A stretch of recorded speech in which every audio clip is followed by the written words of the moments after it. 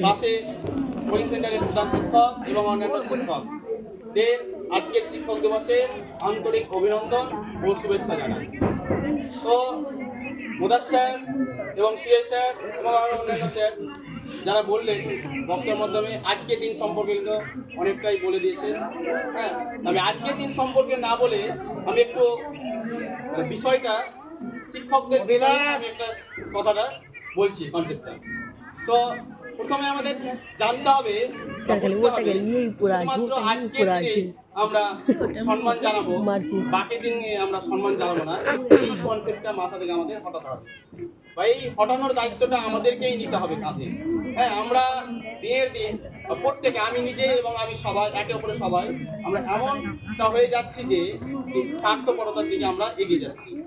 আজকের দিনে আজকে একটা যেহেতু শিক্ষক দিবস বা শিক্ষকদের সম্মান করার দিবস, আমরাও মনে মনে আজকে শপথ নিব কি আমরা না, আমরা স্বার্থপরতার দিক থেকে সরে আমরা নিঃস্বার্থ আস্তে আস্তে আমরা সবাই সবাইকে ভালোবাসা বা শ্রদ্ধা জানার দিকে আমরা এগিয়ে যাব। এই শপথটা আজকে আমরা গ্রহণ করব।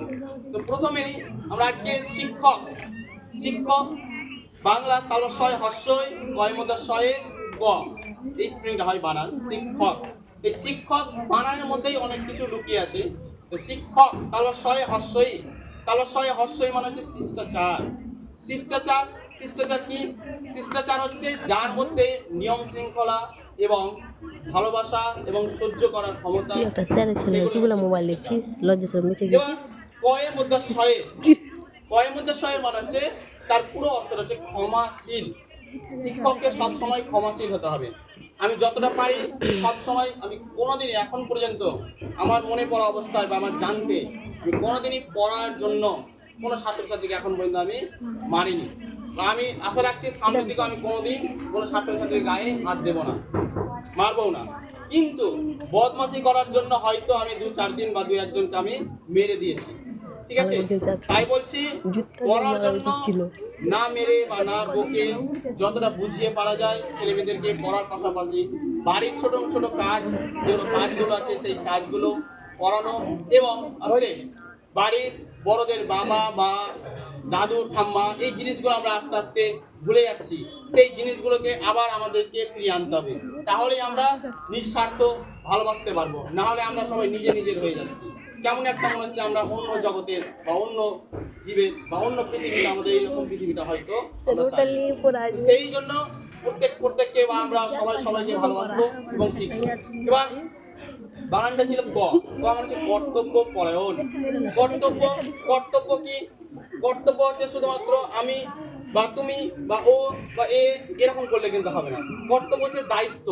যাকে যে দায়িত্বটা দেবে সেই দায়িত্বটা যদি ঠিকঠাক আমরা করি তাহলেই অনেক কিছু হয়ে যাবে। তাহলে এটা বাংলা বানান হয়ে গেল। এবার ইংরেজি বানানটা আমি বলবো। ইংরেজি বানানটা টিচার, TEACHER, টিচার। প্রথমেই বানান আসছে টি এর হচ্ছে ইংলিশ অর্থ হচ্ছে ট্রুথ, মানে হচ্ছে সত্যবাদী। তাহলে শিক্ষককে সব সময় হতে হবে সত্যবাদী, মানে কি সত্য কথা বলতে হবে। হয়ে গেল। তারপর হচ্ছে ই মানে কি? এর একটা ওয়ার্ড হচ্ছে এডুকেটেড, মানে অবশ্যই শিক্ষিত হতে হবে।